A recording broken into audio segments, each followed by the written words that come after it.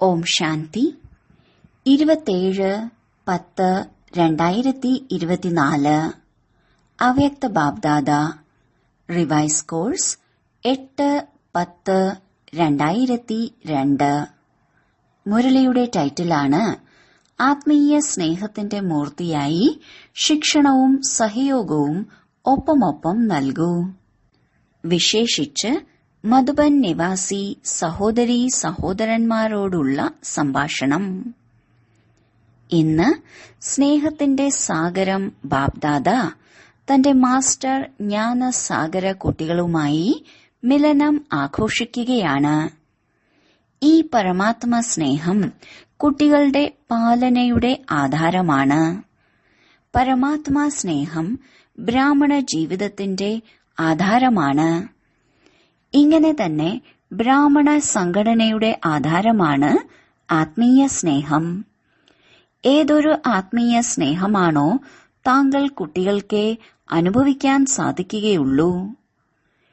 ഇന്നത്തെ വിശ്വത്തിലെ ആത്മാക്കൾ ഈ സത്യമായ നിസ്വാർത്ഥ ആത്മീയ പരമാത്മാ സ്നേഹത്തിന് ദാഹികളാണ്. ഇങ്ങനെയുള്ള സത്യമായ സ്നേഹം താങ്കൾ ബ്രാഹ്മണ ആത്മാക്കളെ കൂടാതെ ആർക്കും പ്രാപ്തമാവുകയില്ല. ദാഹിക്കുന്ന ആത്മാക്കളുടെ ദാഹം പൂർത്തീകരിക്കുന്നവർ അവനവനെ ഓരോ സമയത്തും പരമാത്മാ സ്നേഹം അഥവാ ആത്മീയ സ്നേഹത്തിൽ അലിഞ്ഞിരിക്കുന്നതായി അനുഭവം ചെയ്യുന്നുണ്ടോ? സ്നേഹത്തിന്റെ ദാതാവ് അഥവാ ദേവതയായി സദാ ഇരിക്കുന്നുണ്ടോ? നടക്കുമ്പോഴും കറങ്ങുമ്പോഴും ആത്മീയ സ്നേഹത്തിന്റെ മനോവൃത്തി, ദൃഷ്ടി, സംസാരം, സംബന്ധ സമ്പർക്കം അതായത് കർമ്മം അനുഭവം ചെയ്യുന്നുണ്ടോ? എങ്ങനെയുള്ള ആത്മാവാകട്ടെ, എന്നാൽ താങ്കൾ ബ്രാഹ്മണരുടെ സ്വാഭാവിക മനോവൃത്തി ബ്രാഹ്മണ സ്വഭാവമായിട്ടുണ്ടോ? ഉണ്ടാക്കേണ്ടതുണ്ടോ അതോ ഉണ്ടായിട്ടുണ്ടോ? Follow father, follow mother. തന്റെ ബ്രാഹ്മണ ജന്മത്തെ ആദി സമയത്തെ ഓർമ്മിക്കൂ. ഭിന്ന ഭിന്ന സ്വഭാവമുള്ളവർ ബാബയുടേതായി. സ്നേഹത്തിന്റെ സാഗരനായ ബാബ ഒരേ ഒരു സ്നേഹസാഗരത്തിന്റെ സ്വരൂപത്തിന്റെ അനാദി സ്വഭാവത്തിലൂടെ തന്റേതാക്കിയില്ലേ? അഥവാ താങ്കൾ എല്ലാവരുടെയും ഭിന്ന ഭിന്ന സ്വഭാവം കാണുകയാണെങ്കിൽ തന്റേതാക്കാൻ സാധിക്കുമോ? അപ്പോൾ അവനവനോട് ചോദിക്കൂ, എന്റെ സ്വാഭാവിക സ്വഭാവം എന്താണ്? ആരുടെയായാലും ദുർബല സ്വഭാവം. വാസ്തവത്തിൽ ബ്രാഹ്മണ ജീവിതത്തിന്റെ സ്വാഭാവിക സ്വഭാവം മാസ്റ്റർ പ്രേമസാഗരമാണ്. ലോകരും പറയുന്നു സ്നേഹം കല്ലിനെയും വെള്ളമാക്കുന്നു. എങ്കിൽ ആത്മീയ സ്നേഹം പരമാത്മാ സ്നേഹമെടുത്ത് നൽകുന്നവരെ ഭിന്ന ഭിന്ന സ്വഭാവം പരിവർത്തനപ്പെടുത്തുവാൻ സാധിക്കുകയില്ലേ? ചെയ്യാൻ സാധിക്കുമോ അതോ ഇല്ലയോ? പിറകിലുള്ളവർ പറയൂ. ആര് മനസ്സിലാക്കുന്നു ചെയ്യാൻ സാധിക്കും? അവർ ഒരു കൈ ഉയർത്തു. വലിയ കൈ ഉയർത്തു, ചെറുതല്ല. ബ്രാക്കറ്റിൽ എല്ലാവരും കൈ ഉയർത്തി. ശരി, ആശംസകൾ. പിന്നെ സാഹചര്യങ്ങൾ വരുന്നു. സാഹചര്യങ്ങൾ വരിക തന്നെ വേണം. ഇത് ബ്രാഹ്മണ ജീവിതത്തിന്റെ മാർഗത്തിലെ വഴിയോര കാഴ്ചകളാണ്. വഴിയോര കാഴ്ച ഒരിക്കലും ഒരുപോലെ ആയിരിക്കുകയില്ല. ചിലത് സുന്ദരവും ആകും, ചിലത് മോശപ്പെട്ടതും ആകും. എന്നാൽ മറികടക്കുക യാത്രക്കാരന്റെ ജോലിയാണ്. വഴിയോര കാഴ്ച മാറ്റുന്ന കാര്യമല്ല. അപ്പോൾ ബാബ്ദാദ എന്താണ് ആഗ്രഹിക്കുന്നത്?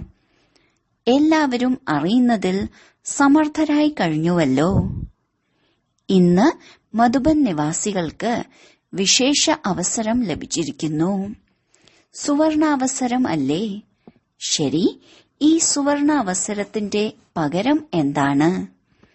വലിയ ഉണർവുത്സാഹത്തോടെ അവസരം എടുത്തിരിക്കുന്നു. അങ്ങനെ താഴെയിരിക്കുന്നവരും മധുബൻ നിവാസിയാണ്. ബ്രാക്കറ്റിൽ മധുബൻ നിവാസി സഹോദരീ സഹോദരന്മാരെ കൂടാതെ മറ്റെല്ലാവരും പാണ്ഡവ ഭവനിൽ മുരളി കേട്ടുകൊണ്ടിരിക്കുകയാണ്. എന്നാൽ ഇന്ന് കേവലം ഗ്രൂപ്പുകളെ കാണാനുള്ള അവസരമാണ്. ഇത്രയും കൂടിച്ചേർന്ന് ദൂരെ ആകുന്നു. അതിനാൽ കുറച്ച് വിഭാഗിച്ചിരിക്കുന്നു. ബാക്കി എല്ലാവരും മധുബൻ നിവാസിയാണ്. സെന്ററിൽ താമസിക്കുന്നവർക്കും സ്ഥിരം വിലാസം മധുബൻ തന്നെയാണല്ലോ. അപ്പോൾ ബ്രാഹ്മണർ അർത്ഥം സ്ഥിരം വിലാസം മധുബൻ. വീട് മധുബനാണ്, ബാക്കി സേവാസ്ഥാനമാണ്. അപ്പോൾ താഴെയുള്ളവർ ഇങ്ങനെ മനസ്സിലാക്കരുത്, ഇന്ന് ഞങ്ങളെ മധുബൻ നിവാസികളിൽ നിന്ന് വേർതിരിച്ചു എന്ന്. ഇല്ല, താങ്കൾ എല്ലാവരും മധുബൻ നിവാസിയാണ്. കേവലം താങ്കളെ മുന്നിൽ ബാപ്ദാദ കാണുവാൻ ആഗ്രഹിക്കുന്നു. അപ്പോൾ ചെറിയ ഗ്രൂപ്പിൽ കാണാൻ സാധിക്കും. ഇപ്പോൾ നോക്കൂ, പിറകെ കാണുന്നവരും ഇത്രയും സ്പഷ്ടമായി കാണപ്പെടുന്നില്ല. ഈ അടുത്തിരിക്കുന്നവർ സ്പഷ്ടമായി കാണപ്പെടുന്നു. എന്നാൽ പിറകിലുള്ളവർ ഹൃദയത്തിൽ നിന്നും ദൂരെയല്ല. താഴെയുള്ളവരും ഹൃദയത്തിൽ നിന്ന് ദൂരെയല്ല. അപ്പോൾ ബാപ്ദാദ ഇതാണ് ആഗ്രഹിക്കുന്നത്. വർത്തമാന സമയമനുസരിച്ച് സ്നേഹത്തിന്റെയും നിയമത്തിന്റെയും ബാലൻസ് വെക്കേണ്ടി വരുന്നു. എന്നാൽ സ്നേഹവും നിയമവും ബാലൻസ് ചേർന്ന് നിയമമായി തോന്നുന്നില്ല. നിയമത്തിലും സ്നേഹം അനുഭവിക്കുന്നു. സാകാര സ്വരൂപത്തിൽ ബാബയെ കണ്ടതുപോലെ നിയമത്തിനൊപ്പം സ്നേഹം എത്രയും നൽകി ഓരോരുത്തരുടെയും വായിൽ നിന്ന് ഇതാണ് പുറപ്പെട്ടത്: ബാബയ്ക്ക് എന്നോട് സ്നേഹമാണ്, എന്റെ ബാബയാണ്. നിയമം തീർച്ചയായും എടുക്കൂ, എന്നാൽ നിയമത്തിനൊപ്പം സ്നേഹവും നൽകൂ. കേവലം നിയമമല്ല. കേവലം നിയമത്തിലൂടെ എവിടെയെങ്കിലും ആത്മാക്കൾ ദുർബലമാകുന്ന കാരണത്താൽ നിരാശരായി പോകുന്നു.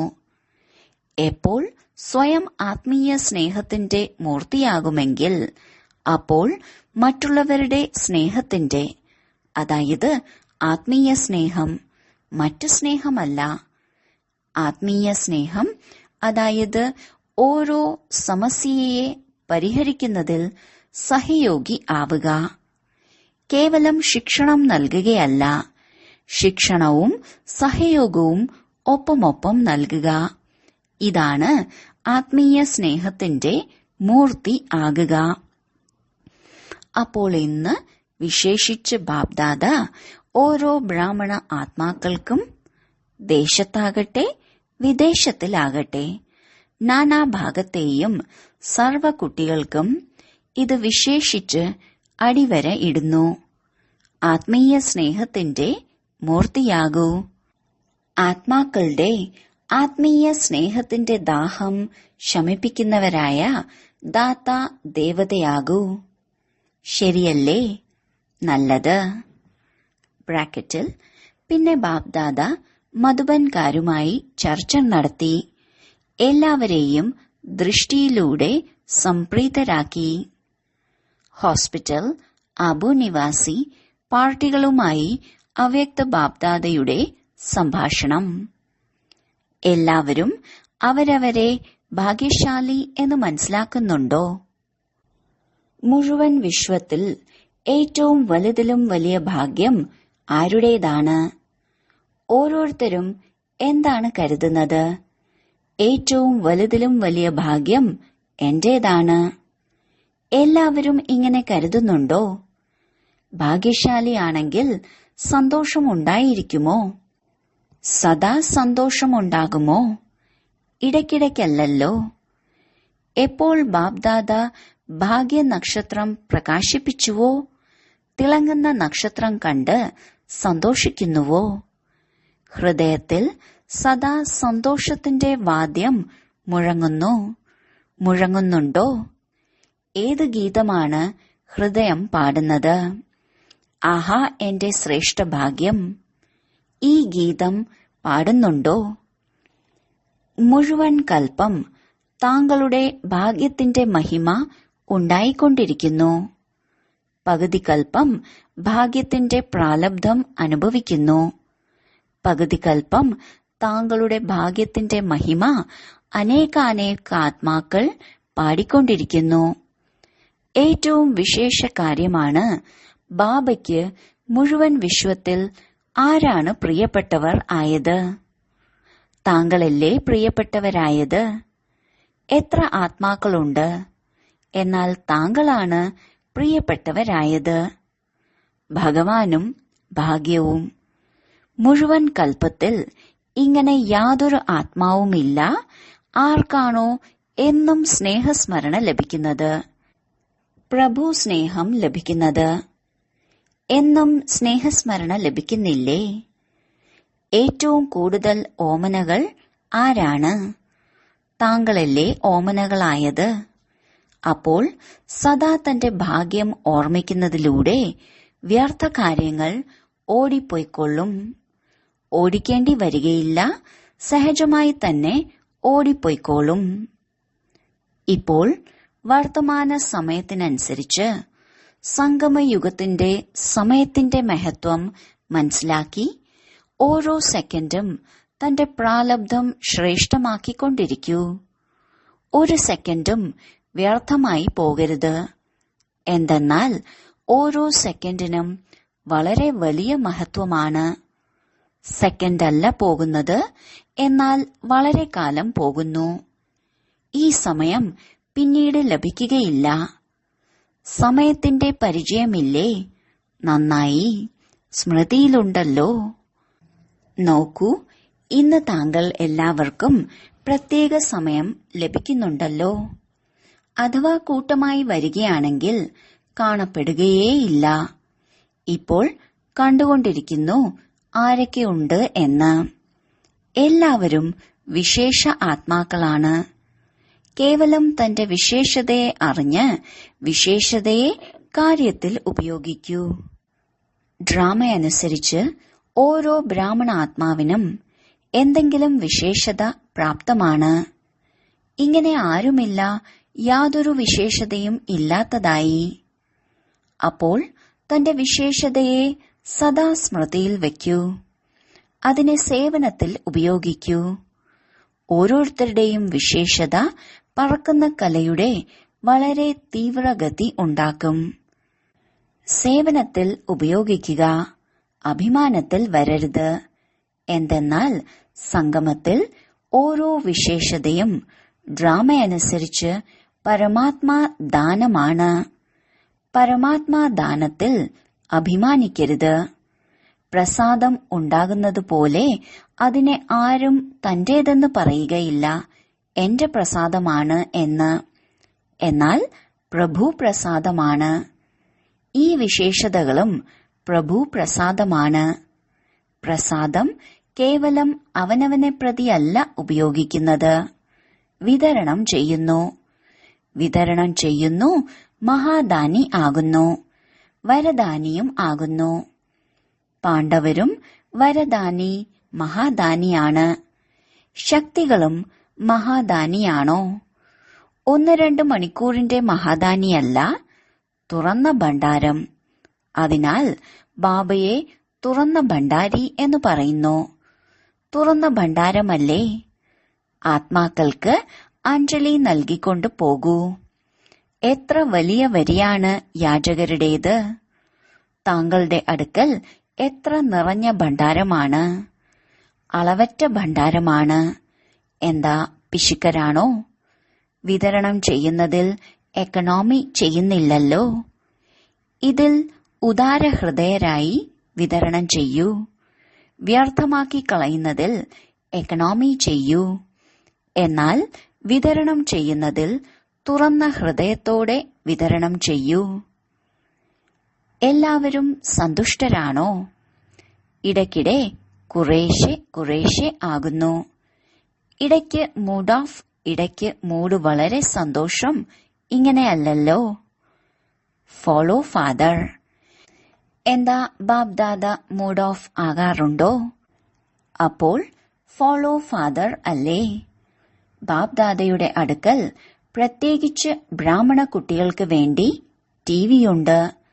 അതിൽ എല്ലാവരുടെയും മൂഡ് വരുന്നു. എത്ര രസമാണുണ്ടാകുന്നത് കാണുന്നതിൽ. സദാ മഹാദാനി ആകുന്നവരുടെ മൂഡ് മാറിക്കൊണ്ടിരിക്കുന്നില്ല. ദാതാവല്ലേ, നൽകിക്കൊണ്ടേ പോകൂ. ദേവതയാകുന്നവർ അർത്ഥം നൽകുന്നവർ. ലേവത അല്ല, ദേവത. എത്ര തവണ ദേവതയായിട്ടുണ്ട്? അനേക തവണ ആയിട്ടില്ലേ? അപ്പോൾ ദേവത അർത്ഥം നൽകുന്നതിന്റെ സംസ്കാരമുള്ളവർ.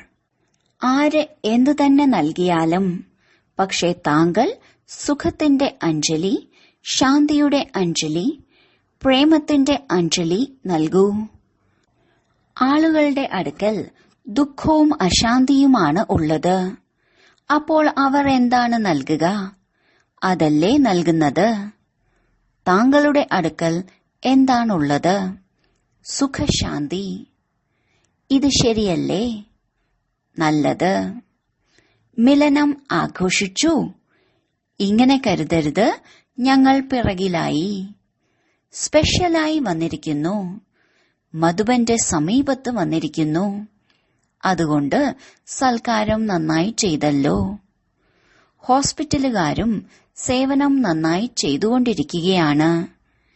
ശാന്തിവന്റെയും ഒരുപാട് പേരുണ്ട്.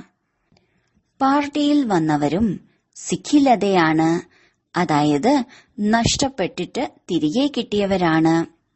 കുറച്ചുപേരേ ഉള്ളൂ, അതിനാൽ സിഖിലതയാണ്, അതായത് തിരികെ കിട്ടിയവരാണ്.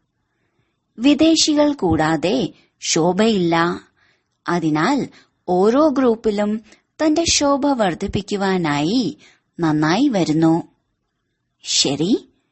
സേവാധാരികളുമായി അവ്യക്ത ബാബ്ദാദയുടെ സംഭാഷണം. എല്ലാവരും സേവനത്തിന് നിമിത്തമായി തന്റെ ഭാഗ്യം ഉണ്ടാക്കുന്നവരാണ്. എന്തെന്നാൽ ഈ യജ്ഞ സേവനത്തിന്റെ പുണ്യം വളരെ വലുതാണ്. ശരീരത്തിലൂടെ സേവനം ചെയ്യുന്നു, എന്നാൽ മനസ്സുകൊണ്ടും സേവനം ചെയ്തുകൊണ്ടിരിക്കൂ. എങ്കിൽ ഡബിൾ പുണ്യം ഉണ്ടാകുന്നു. മനസ്സാ സേവനവും ശരീരത്തിന്റെ സേവനവും.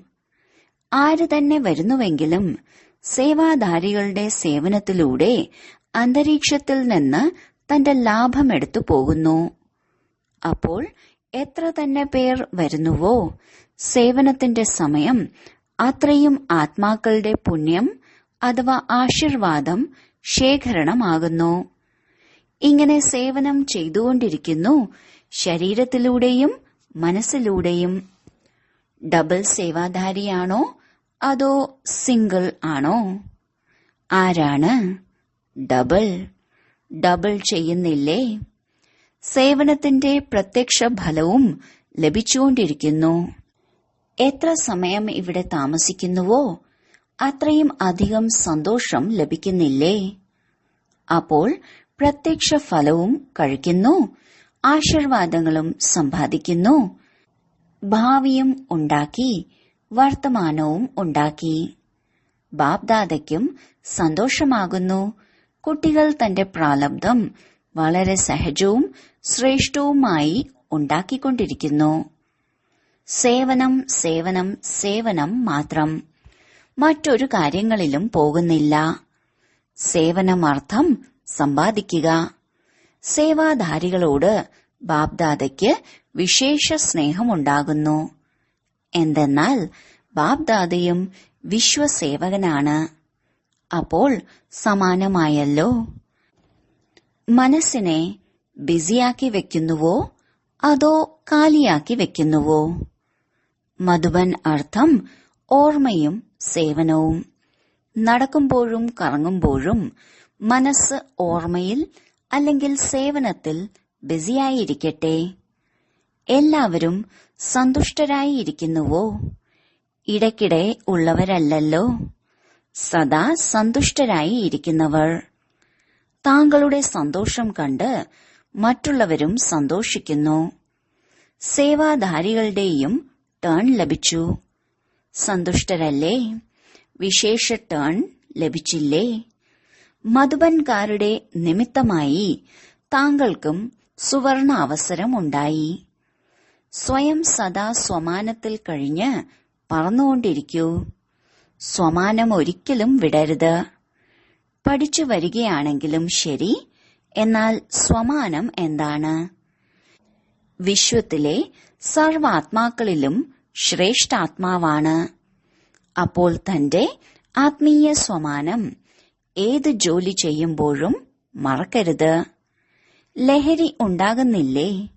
ആത്മീയ ലഹരി. ഞാൻ ആരുടേതായിരിക്കുന്നു? ഭാഗ്യം ഓർമ്മയുണ്ടായിരിക്കുന്നില്ലേ? മറക്കുന്നില്ലല്ലോ. എത്ര തന്നെ സമയം സേവനത്തിനായി ലഭിക്കുന്നുവോ അത്രയും സമയം ഓരോ സെക്കൻഡ് സഫലമാക്കൂ.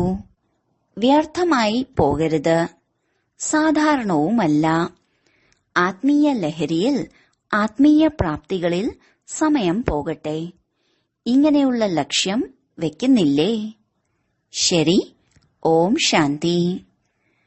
വരദാനം: സ്നേഹത്തിന്റെ ചിറകിലൂടെ സദാ സമീപതയുടെ അനുഭവം ചെയ്യുന്നവരായ സ്നേഹി മൂർത്തിയായി ഭവിക്കട്ടെ.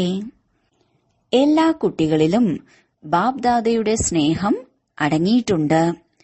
സ്നേഹത്തിന്റെ ശക്തിയിലൂടെ എല്ലാവരും മുന്നോട്ട് പറന്നുകൊണ്ടിരിക്കുകയാണ്. സ്നേഹത്തിന്റെ ചിറക് ശരീരം കൊണ്ട്, മനസ്സുകൊണ്ട്, ഹൃദയം കൊണ്ട് ബാബയുടെ സമീപം കൊണ്ടുവരുന്നു. ജ്ഞാന യോഗ ധാരണയിൽ എല്ലാവരും യഥാശക്തി, യഥാക്രമം ആണ്. എന്നാലും സ്നേഹത്തിൽ ഓരോരുത്തരും നമ്പർ 1 ആണ്. ഈ സ്നേഹം തന്നെയാണ് ബ്രാഹ്മണ ജീവിതം പ്രദാനം ചെയ്യുന്നതിന്റെ മൂല ആധാരം. സ്നേഹത്തിന്റെ അർത്ഥമാണ് കൂടെ, അതായത് പാസ് കഴിയുക, വിജയിക്കുക, പാസ്സാകുക. ഓരോ പരിതസ്ഥിതിയിലും വളരെ സഹജമായി പാസ് ചെയ്യുക, അതായത് മറികടക്കുക. സ്ലോഗൻ: തന്റെ ദൃഷ്ടികളിൽ ബാബയെ അലിയിക്കൂ, എങ്കിൽ മായയുടെ ദൃഷ്ടിയിൽ നിന്ന് രക്ഷ നേടും. ഓം ശാന്തി.